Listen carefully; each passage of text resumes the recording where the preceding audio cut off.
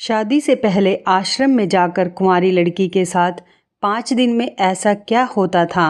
आश्रम की सच्चाई जानकर तो मेरे रोंगटे खड़े हो गए। मैं एक गांव देहात की लड़की हूँ।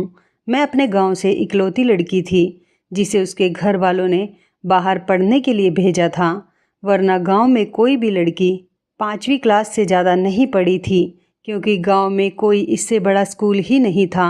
शादी से कुछ दिन पहले मेरे मंगेतर ने मुझसे मेरी पवित्रता साबित करने को कहा। हमारे गांव में बाबा जी का आश्रम था। उस आश्रम में एक कुटिया बनी हुई थी जहां लड़की को 5 दिन गुजारने होते। अगर लड़की कुंवारी नहीं होती तो वह गायब हो जाती, और अगर 5 दिन बाद सही सलामत वहां से वापस आ जाती तो इसका मतलब वो कुंवारी है। मैंने बहुत मना किया कि मुझ पर ये जुल्म ना करें, लेकिन मुझे ज़बरदस्ती उनके आश्रम में ले जाकर बंद कर दिया गया। और एक दिन उस कुटिया में मैं सो रही थी। बीच रात में मेरे साथ जो हुआ, मेरी तो रूह कांप गई, क्योंकि वहाँ पर मेरे साथ घर पर शादी की तैयारियां ज़ोर शोर से हो रही थी। मैं बहुत खुश थी। मेरे मंगेतर का नाम राहुल है और वो हमारे गांव के जमींदार के यहाँ नौकरी करता है। हमारा रिश्ता भी गांव के जमींदार ने ही करवाया है। वो बहुत धनी और भले आदमी हैं। मेरी दोस्त मुझे राहुल के नाम से छेड़ रही थी।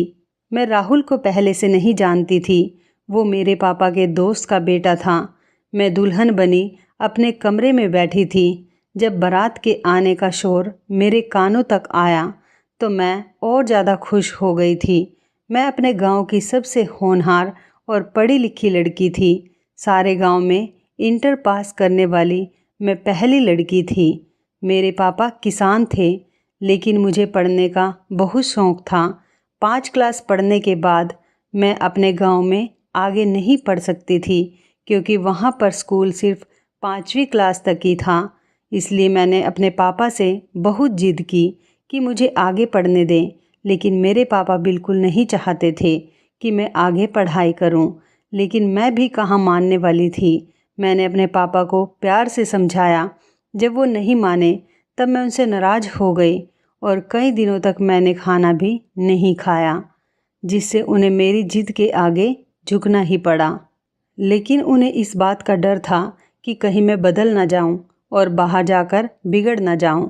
उन्होंने यह भी सुन रखा था कि जब लड़कियां ज़्यादा पढ़ लिख जाती हैं तो वो किसी की नहीं सुनती, अपने माँ बाप तक की बात नहीं मानती और माँ बाप से बहस भी करती हैं। इसलिए मुझे आगे पढ़ने से रोक रहे थे। लेकिन मेरे पापा ने मेरे आगे ये शर्त रखी कि जहाँ वो चाहेंगे वहीं मेरी शादी होगी। मुझे तो सिर्फ आगे पढ़ना था, इसलिए मैंने उनकी शर्त हंसी खुशी स्वीकार कर ली। गांव के पास कोई स्कूल नहीं था जहां मैं आगे की पढ़ाई कर सकती थी, इसलिए मुझे शहर भेज दिया गया और मैं वहां हॉस्टल में रहती थी। 15 दिन के बाद गांव में आती थी। जब भी मैं घर वापस आती थी तो गांव के लोग मेरे पापा को ताने मारते थे। वो कहते थे कि ये तो इसे पढ़ा लिखा रहा है, आगे चलकर यही बेटी तेरी नाक कटवा देगी, फिर तू कहाँ मुँह छिपाएगा। लेकिन पापा उनकी बातों को अनसुना कर दिया करते थे, क्योंकि उन्हें अपनी बेटी पर पूरा भरोसा था। जैसे ही मैंने इंटर की परीक्षा पास की और अपने गांव वापस लौटी, पापा ने मेरी शादी का फैसला आनन फानन में कर दिया था। जब मैं घर वापस आई तो पापा ने मुझसे कहा, रोशनी 2 हफ्ते बाद तुम्हारी शादी है। जैसे ही उन्होंने मुझसे ये कहा मैं एकदम दंग रह गई। लेकिन पापा ने मुझसे पढ़ाई के बदले ये वादा किया था कि वह जहाँ कहेंगे मैं वहीं शादी करूँगी। फिर मैंने भी अपना वादा निभाया। खुशी खुशी शादी के लिए राजी हो गई और शादी को लेकर पापा से कोई सवाल नहीं किया। मेरी शादी किस से हो रही है, कौन है और कैसा है और क्या करता है, कुछ भी नहीं पूछा। यहाँ तक कि मैंने राहुल को एक बार देखने को भी नहीं कहा। पापा को ये डर था कि मैं शादी के लिए मना करूँगी और वो बहुत बेचैन थे। लेकिन मेरी रजामंदी देखकर वो बहुत खुश हो गए कि उनकी बेटी ने उनका भरोसा नहीं तोड़ा। मैंने भी शहर में पढ़ाई करते वक्त कभी भी किसी लड़के से दिल नहीं लगाया था। सिर्फ वहाँ मैं अपनी पढ़ाई पर ध्यान दिया करती थी और ना ही मैंने कभी सोचा था कि मेरा जीवन साथी कैसा होना चाहिए। इसलिए मैं अपने घर वालों की खुशी में उनके साथ हंसी खुशी तैयार थी। मैं ये भी जानती थी कि मेरे मुंह से निकला एक भी शब्द मेरे पूरे खानदान की इज्जत मिट्टी में मिला सकता है और पूरे गांव में उनकी नाक कटा सकता है। लोग यही कहेंगे कि बेटी ने 4 क्लास क्या पढ़ ली, माँ बाप के सामने ज़ुबान चलाने लगी। मैं अपनी शादी को लेकर बहुत खुश थी। जैसे जैसे शादी के दिन करीब आ रहे थे, मेरे पापा की बेचैनी बढ़ने लगी थी, क्योंकि गांव में सभी लोग मेरी पढ़ाई के खिलाफ थे और फिर मैं तो पढ़ाई के साथ साथ रहती भी हॉस्टल में ही थी। घर से इतनी दूर, तो गांव वाले तरह तरह की बातें किया करते थे, लेकिन पापा मेरी खुशी के आगे सबको नज़रअंदाज कर दिया करते थे। मगर अब शादी नज़दीक थी तो पापा की बेचैनी बढ़ने लगी थी। लेकिन शादी से पहले मेरी मम्मी मेरे कमरे में आई और जो सवाल उन्होंने मुझसे पूछा उसको सुनकर मैं दंग रह गई। फिर मुझे अपने पापा की बेचैनी की वजह का पता चल गया। मैं सोच भी नहीं सकती थी कि मुझ पर ऐसा सवाल भी उठाया जाएगा। मम्मी मुझसे कहने लगी, 7 साल शहर के हॉस्टल में रहकर आई हो, बड़े स्कूल जाती थी, मुझे बता दो अपने बाप की इज्जत की अर्थी तो नहीं उठाकर आई हो। वहाँ सबके सामने तुम्हारी पवित्रता साबित होने का इम्तिहान है। अगर कुछ भी गलत हुआ तो तेरे पापा और मैं जीते जी मर जाएंगे। ये कहकर मम्मी रोने लगी। मैंने अपना होश संभाला और मम्मी से कहा कि ऐसा कुछ भी नहीं है। मैं तो सबकी नज़रों से बचकर रहती थी, कभी बुरी संगत का असर अपने ऊपर नहीं पड़ने दिया। मैंने ऐसा कुछ भी नहीं किया है कि आपकी इज्जत की अर्थी उठ जाए। लेकिन मेरी मम्मी मेरी बातों से संतुष्ट नहीं हुई, क्योंकि गांव के लोग उनसे मेरे चरित्र पर सवाल उठा रहे थे। फिर वो कहने लगी कि राहुल कहता है कि शादी से पहले रोशनी को अपने कुंवारे होने का सबूत मुझे देना होगा, तभी शादी होगी। ये सुनकर तो मैं हैरत में पड़ गई। बाहर पूरा खानदान और सारी बिरादरी बैठी थी। बारात भी आ चुकी थी और मेरा होने वाला पति कैसे बेतुकी बातें कर रहा था। भला कोई लड़की अपने कुंवारे होने का सबूत कैसे दे सकती है? मैंने कहा, मम्मी मैं इस वक्त इस बात का कैसे यकीन दिला सकती हूँ, ये तो बिल्कुल फिजूल सी बात है। वो कहने लगी कि राहुल कहता है कि शहर के हॉस्टल में रहकर पढ़ने वाली लड़कियाँ बदकिरदार होती हैं, इसलिए मैं उससे शादी तब तक नहीं करूँगा जब तक वो अपनी पवित्रता का सबूत मुझे ना दे दे। तब मैंने अपनी माँ से पूछा कि भला मैं कैसे उन्हें सबूत दूँ। तो इस पर माँ कहने लगी कि राहुल कहता है कि अगर वो बाबा जी के आश्रम में बनी कुटिया में 5 दिन गुजारे और 5 दिन बाद सही सलामत बाहर आ जाए, तभी मैं उससे शादी करूँगा। अगर वो चरित्रहीन हुई तो उस कुटिया से गायब हो जाएगी, शैतान उसे ले जाएगा, क्योंकि वो कमरा आश्रम में है और वहाँ पर पवित्र लोगों ने बहुत तपस्या की है। इसलिए जब भी किसी लड़की पर शक हो जाता है तो उसे उसी कुटिया में बंद कर देते हैं। उस लड़की को 5 दिन वहीं पर गुजारने पड़ते थे। मैं पढ़ी लिखी थी, इसलिए यह आश्रम वाली कहानी मेरी समझ में नहीं आ रही थी। आखिर ऐसा कैसे हो सकता है कि एक बंद कमरा लड़की के किरदार का फैसला करे? हमारे गांव में जिस लड़की के किरदार पर शक होता उसे उस कमरे में बंद कर दिया जाता था। अगर वो 5 दिन बाद कमरे से बाहर आ जाती तो उसे पाक समझा जाता और अगर गायब हो जाती तो उसे चरित्रहीन समझा जाता। ये कहा जाता है कि शैतान उसे अपने साथ ले गया। मैं ये सोच रही थी कि आजकल के दौर में गांव के लोग किसी लड़की के चरित्रहीन और पवित्र होने का अंदाज़ा इस तरह की बेसिर पैर की बातों से कैसे लगा सकते थे। मैं भला क्यों किसी जंगल में बने आश्रम के एक छोटे से कमरे में बंद हो जाती, वहाँ कैसे सारा दिन गुजारती? मेरी बात बिल्कुल भी समझ में नहीं आ रही थी, क्योंकि अपने पवित्र होने का तो मुझसे बेहतर कोई नहीं जान सकता था। मेरे मम्मी पापा और गांव वाले और पंचायत के लोग भी वहाँ पर मौजूद थे। मैंने कहा कि मुझे ऐसी कोई बात मंजूर नहीं है। मेरी बात सुनकर मेरी होने वाली सास भड़क उठी और कहने लगी, इसका मतलब इस लड़की के दिल में चोर हैं, तभी ये इस बात से मना कर रही है। अगर इसने बात नहीं मानी तो हम बारात वापस ले जाएंगे। मेरे पापा ये सुनकर लड़के वालों के सामने हाथ जोड़ने लगे कि ये बारात वापस ना ले जाएं। मेरी मम्मी मेरे पास आ गई और कहने लगी, तुम क्यों जिद कर रही हो? अगर तुम पवित्र हो तो उनकी बात क्यों नहीं मान जाती? मेरे मम्मी पापा बुरी तरह से रो रहे थे। मैंने अपनी होने वाली सास से कहा कि अगर आप लोगों को यकीन नहीं है तो किसी हॉस्पिटल ले जाकर मेरा मेडिकल चेकअप करवा लें, आपको यकीन आ जाएगा। अब तो तरक्की हो चुकी है, डॉक्टर आपको सब कुछ सच सच बता देगा। भगवान के लिए इस बेबुनियाद की रस्म पर यकीन ना करें और बेकसूर लड़कियों को ऐसे वीराने में कैद ना किया जाए। मगर किसी ने भी मेरी एक ना सुनी। पापा तो मेरे किसी बेजान लाश की तरह हो गए थे। मम्मी का भी रो रो कर बुरा हाल था, जैसे मैं सचमुच अपना मुंह काला कराकर आई हूँ। मुझ पर लोगों ने बहुत इल्ज़ाम लगाए। मेरे पापा से कहने लगे, तुझे समझाया था ना कि बेटी को बाहर पढ़ने मत भेज, अब अंजाम देख ले। लेकिन तुमने किसी की ना सुनी। अब देख ले अपनी इज्जत उछलते हुए। मैं अपने पापा के सामने बैठकर रोती रही, बिलखती रही कि पापा मैंने ऐसा कुछ भी नहीं किया है, बेशक मेरा मेडिकल चेकअप करवा लीजिए। मगर सब लोगों को तो बस उसी आश्रम पर यकीन था जिसके झूठे होने की कसम मैं खा सकती थी। भला मेरे बारे में मुझसे बेहतर और कोई कैसे जान सकता है? मेरा बार बार सबके सामने वहाँ जाने से मना करना मेरा चरित्रहीन होना साबित कर रहा था और मेरा वहाँ जाना ही सबको यकीन दिला सकता था।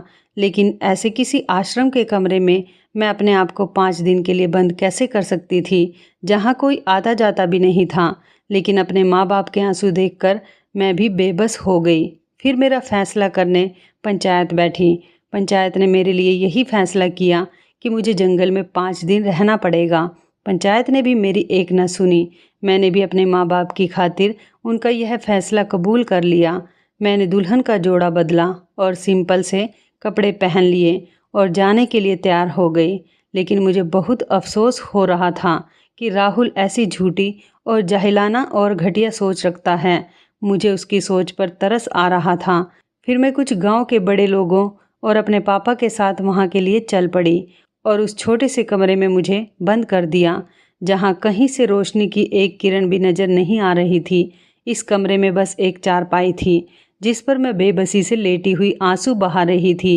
जाने कैसी अंधेरी नगरी थी। बचपन से मैं इस जाहिलाना रिवाज को होते हुए देख रही थी। जंगल के बीचों बीच आश्रम के कोने में एक कमरा बना हुआ था जहां मासूम लड़कियों को कैद कर दिया जाता था और 5 दिन के खाने पीने का सारा सामान वहां रख दिया जाता था, क्योंकि कमरे के बाहर ताला डाल दिया जाता था और 5 दिन से पहले वहां कोई आता जाता नहीं था। मुझे नहीं पता था कि राहुल को मुझ पर शक क्यों हुआ था। कमरा बिल्कुल बंद था। वहाँ एक लाइट तक मौजूद नहीं थी जिससे टाइम का पता चल सके। बस एक पंखा चल रहा था। जंगल के पास बिल्कुल सुनसान जगह थी जहाँ जंगली जानवर आकर दरवाज़ा तोड़कर मुझ पर किसी भी वक्त हमला कर सकते थे। इसी डर ने मेरे दिल को दहला कर रख दिया था। मैं चारपाई पर बैठ गई, लेकिन कमरे का दरवाज़ा लोहे का था। मेरी जैसी पतली दुबली लड़की उसे खोल नहीं सकती थी। मैंने खाने की टोकरी से कपड़ा हटाया तो उसमें बस थोड़े से फल के सिवा और कुछ भी नहीं था। कमरे में पंखे का कोई बटन मौजूद नहीं था और ना ही कोई बल्ब लगाया गया था। वहाँ एक बाथरूम था, उसमें भी अंधेरा था। मैंने पूरे कमरे की अच्छे से तलाशी ली। मुझे कुछ भी दिखाई नहीं दे रहा था। मैं बेबसी से दोबारा चारपाई पर बैठ गई। अभी कुछ टाइम ही गुजरा था कि वहाँ मुझे किसी के आने की आहट होने लगी।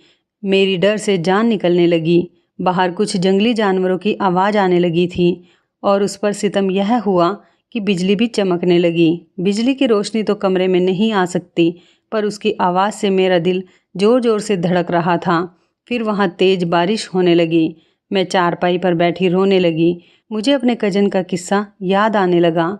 जब मैंने होश संभाला था तो पहली बार मेरे घर में मेरे बड़े पापा की बेटी की शादी थी और वो शादी भी ऐसे ही रोक दी गई थी। मेरी कज़न जब दूसरे गांव से अपनी मौसी के घर पर कुछ दिन रहकर वापस लौटी तो उसके मंगेतर ने भी यही बात कही थी कि उसे अपनी कुंवारी होने का सबूत देना होगा। सबसे पहले तो मेरी कज़न पर बहुत सारे इल्ज़ाम लगाए गए। उन पर दूसरे लड़कों के साथ संबंध बनाने का इल्ज़ाम लगाया गया। वो बेचारी रोती रही कि उसने ऐसा कुछ नहीं किया है, लेकिन किसी ने भी उसकी एक नहीं सुनी थी। सबको बस इस कमरे पर यकीन था। सब यही कहते थे कि ये पवित्र आश्रम है और पवित्र औरतों के बारे में सच बता देता है। मुझे यह बात आज तक समझ नहीं आई थी, लेकिन मेरी कज़न को कमरे में बंद कर दिया गया और वहाँ ताला लगा दिया गया था और पूरे 5 दिनों में उसके कुंवारी होने का सबूत मिल जाएगा। वहाँ एक छोटा सा मंदिर था जहाँ कुछ बाबा ने तपस्या करी थी। पूरे गांव में किसी ने भी उनको कभी नहीं देखा था। सब कहते हैं कि सुना है यहाँ एक बहुत बड़े बाबा रहा करते थे इस कुटिया में, और औरत के बारे में सब कुछ सच सच बता दिया करते थे। ये आश्रम इस कुटिया के पास गांव के जमींदार ने बनवाया था। 5 दिन पूरा होने के बाद जब मेरी कजन कमरे से बाहर निकली तो उसका रंग पीला पड़ चुका था। हालांकि वह बहुत खूबसूरत थी। कमजोरी की वजह से वो ठीक से चल भी नहीं पा रही थी। उसने अपने मुंह से एक शब्द भी नहीं बोला। फिर शादी की तारीख दी गई, मगर शादी से कुछ दिन पहले वो मर गई थी। मरते वक्त उनका चेहरा बिल्कुल नीला पड़ चुका था। पूरा गांव कह रहा था कि इसने जहर खा लिया है। मैं उस वक्त सिर्फ 10 साल की थी। मुझे अपने कजन से बहुत ज़्यादा लगाव था।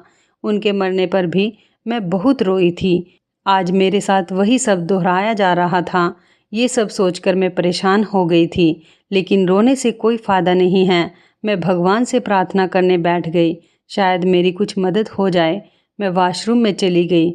अभी हाथ ही धो रही थी कि वॉशरूम के अंदर से खिड़की खुली।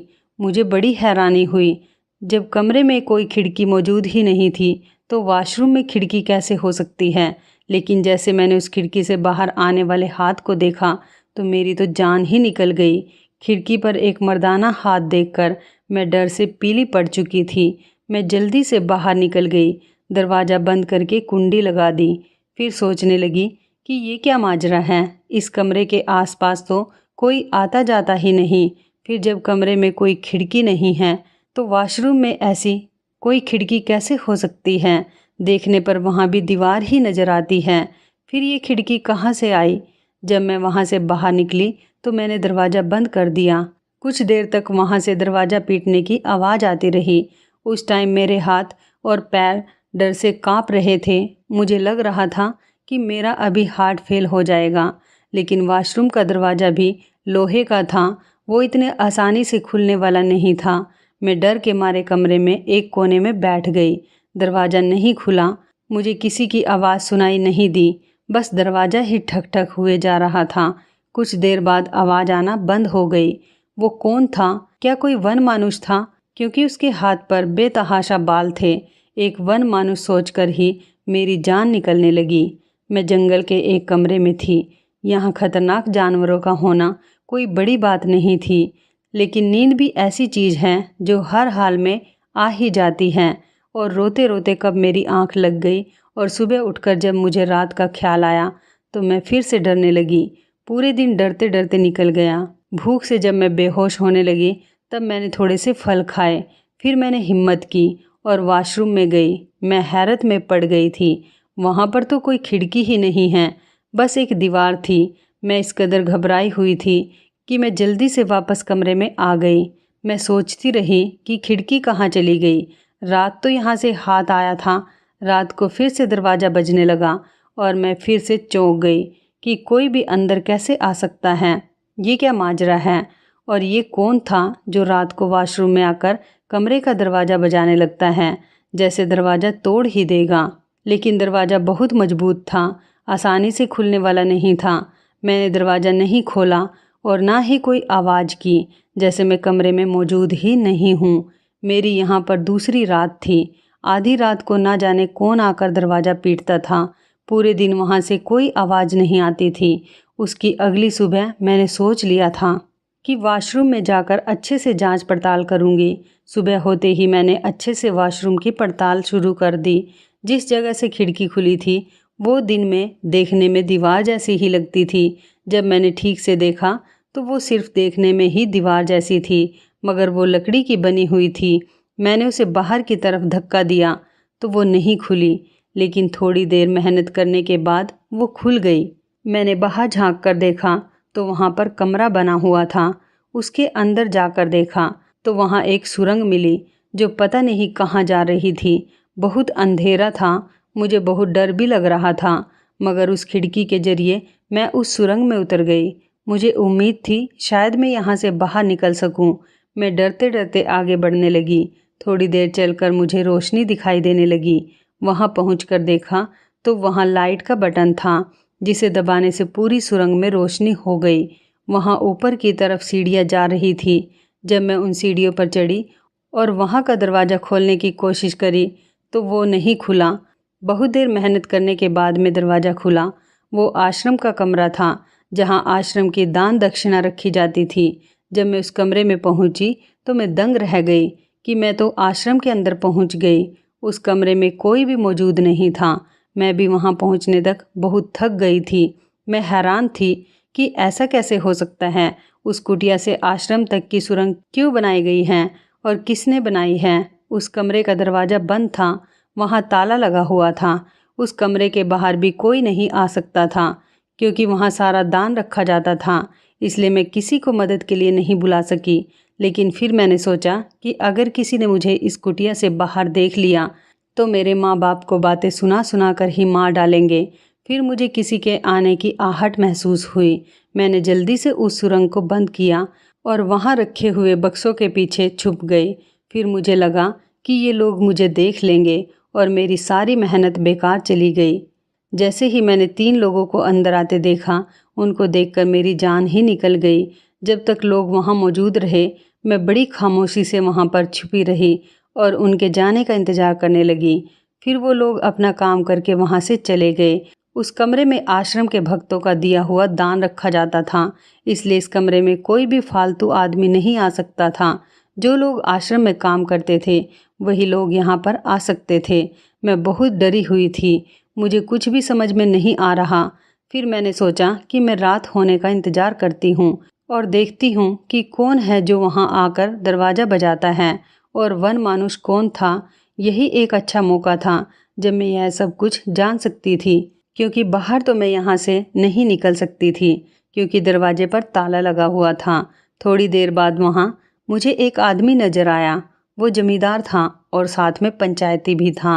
वो बहुत नरम दिल वाला आदमी था। लोगों की मदद करता रहता था। यहाँ तक कि गांव के घरों में जाकर ज़रूरतमंदों को चुपचाप पैसे की मदद करता था।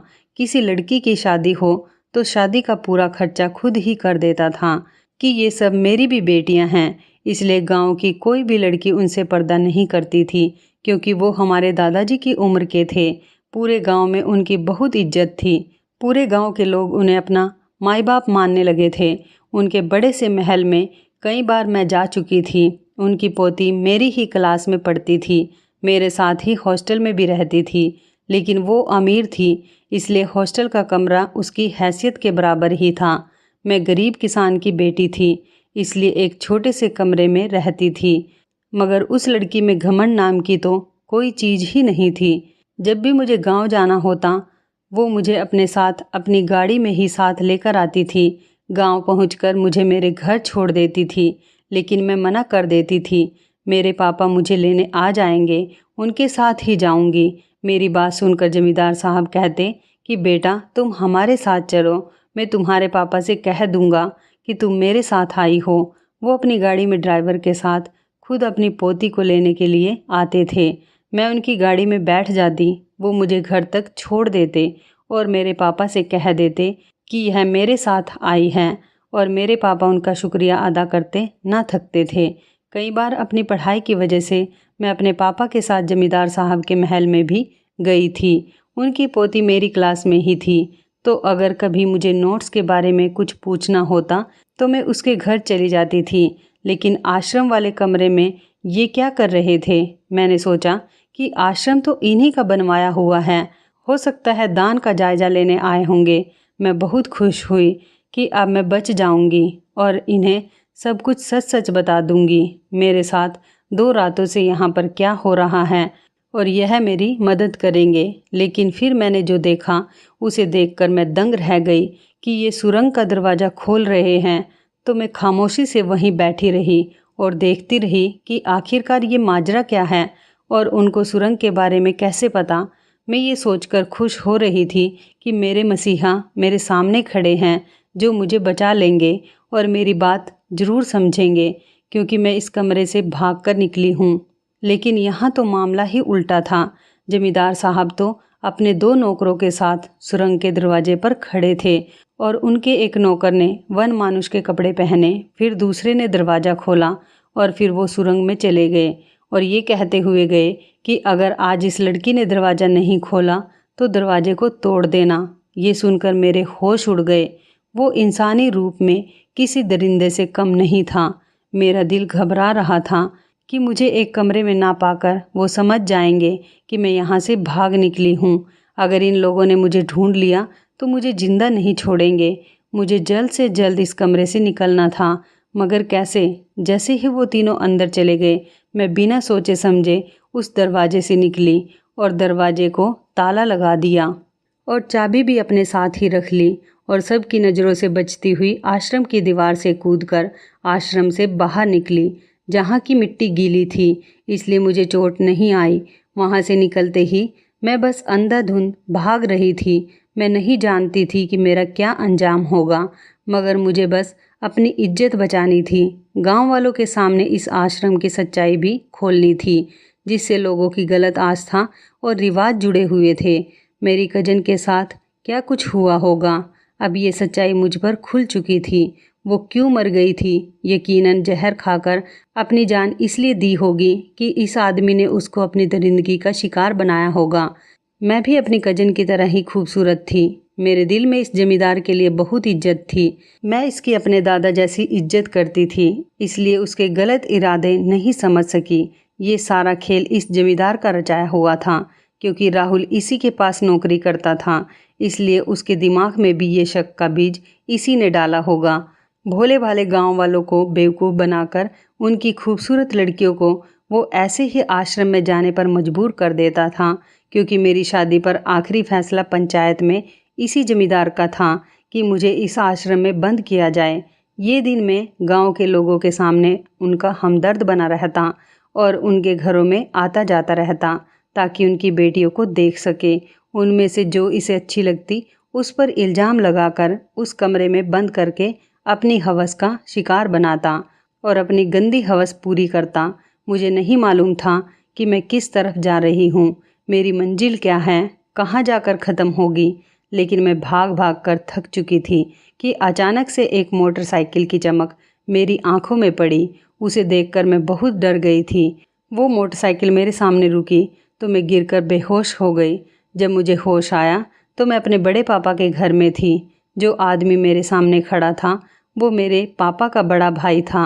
उन्हें देखकर मुझे थोड़ी राहत मिली। मैं बहुत रो रही थी, मेरी तो हिचकियाँ ही बंद नहीं हो रही थी। उन्होंने मुझे पानी पिलाया और फिर पूछा कि बेटी तुम यहाँ कैसे पहुँची? तुम तो आश्रम में थी। चलो मैं तुम्हें वापस खामोशी से वहाँ पर पहुँचा कर आता हूँ। किसी को पता नहीं चलेगा कि तू बाहर निकली थी और तेरे बाप की इज्जत भी बच जाएगी। लेकिन मैं बहुत रोने लगी और डरते डरते वहाँ मेरे साथ क्या हुआ उन्हें सारी बात बताने लगी और सुरंग के जरिए कैसे उस कुटिया से बाहर निकली, सब कुछ मैंने उन्हें बताया। ये सब जमींदार ने मेरे साथ गलत काम करने के लिए किया है। पहले तो उन्होंने मुझ पर यकीन नहीं किया, फिर मैंने उन्हें बताया कि दीदी के साथ भी उसने गलत काम किया था। तभी दीदी ने भी जहर खाकर अपनी जान दे दी, क्योंकि वो उन्हीं की बेटी थी जिसके साथ ये सब कुछ हुआ था। तब वो बहुत ज़्यादा रोने लगे। फिर उन्होंने कहा कि मेरी बेटी के साथ इस दरिंदे ने क्या कुछ नहीं किया होगा जो उसने अपनी जान दे दी। हम तो इसको अपना माई बाप समझते थे और ये हमारी ही बेटियों पर बुरी नज़र रखता था। मेरे बड़े पापा ने कहा कि बेटी अब मैं तेरे साथ कुछ गलत होने नहीं दूंगा, तू यहीं पर छुपी रहना और किसी को भी अपने यहाँ पर होने का पता मत चलने देना। अब इसकी सच्चाई हम सब के सामने लेकर आएंगे और इसको इसके किए की सज़ा दिलवाएंगे। गांव की बेटियों को इससे बचाएंगे। फिर उन्होंने मुझे खाना खिलाया और कमरे की लाइट बंद करके चले गए। ये कहकर चले गए कि बेटी तू आराम कर और यहाँ आराम से रहो। फिर वो मेरे पापा के पास गए और कहा कि चल बेटी की खबर लेकर आते हैं, वो कैसी है। दरवाजे से उसे आवाज़ देंगे। मेरे पापा भी बहुत परेशान थे, उन्हें भी मेरी बहुत फिक्र हो रही थी। मेरी माँ भी कहने लगी कि जाओ और बेटी की खबर लेकर आओ। फिर पापा उनके साथ जाने के लिए राजी हो गए, लेकिन मेरी माँ बोली कि अगर किसी ने देख लिया तो अनर्थ हो जाएगा। तब उन्होंने कहा कि रात के अंधेरे में कौन देखेगा, हम खामोशी से जाकर वापस आ जाएंगे। फिर ये दोनों आश्रम की ओर चल दिए। वहाँ वो पीछे के दरवाजे से अंदर गए और बिना किसी की नज़रों में आए कुटिया तक पहुँचे। वहाँ जाकर उन्होंने मुझे आवाज़ लगाई। उस टाइम जमींदार अपने दोनों नौकरों के साथ कुटिया में ही मौजूद था। वो दीवार तोड़कर अंदर आ चुका था। उन दोनों की आवाज़ें सुनकर वो लोग बिल्कुल शांत हो गए थे। पापा और बड़े पापा मुझे आवाज़ दे रहे थे। जब मेरी कोई आवाज़ वापस नहीं आई तो मेरे पापा बहुत ज़्यादा घबरा गए। फिर बड़े पापा ने उन्हें समझाया कि बेटी सो रही होगी। वो जमींदार उस कमरे में ही था। मेरे पापा की आवाज़ सुनकर वो सब बिल्कुल शांत हो गए थे। तब मेरे बड़े पापा ने सोचा कि क्यों ना शोर मचाकर इन लोगों को रंगे हाथ पकड़ा जाए। बड़े पापा ने आश्रम में जाकर शोर मचाया कि हमारी बेटी को शैतान ले गया। उनका शोर सुनकर आश्रम के सभी लोग इकट्ठा हो गए और मेरे पापा से कहने लगे कि देखा बेटी को बाहर भेजने का नतीजा। मेरे पापा रो रहे थे कि मेरी बेटी की कोई आवाज़ नहीं आ रही है।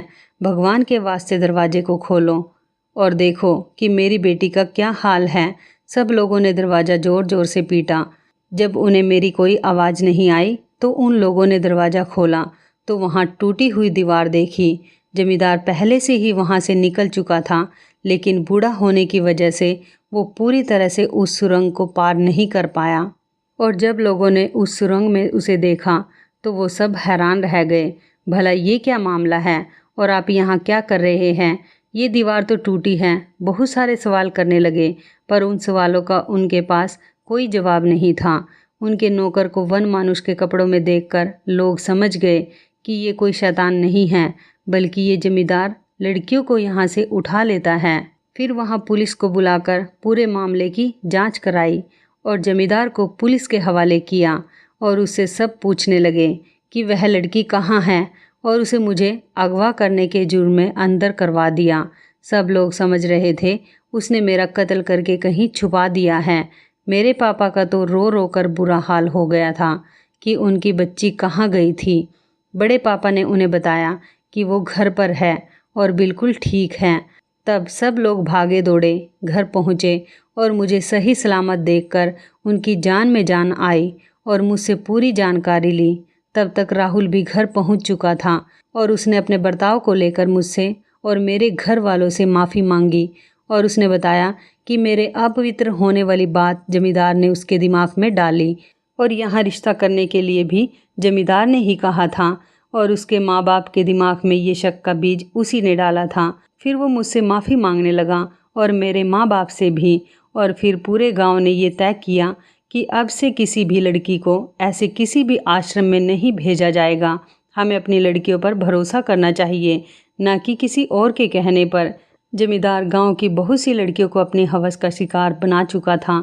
एक एक करके सभी लड़कियों ने बयान दिया जिनके साथ वो ये सब कर चुका था। अपने नौकर को वन मानुष बनाकर कुटिया में भेजता और लड़की को नशीली दवाई खिलाता, जिससे उसके साथ ये सब किसने किया है उसको पता ना चले और जमींदार की इज्जत गांव में बनी रहे।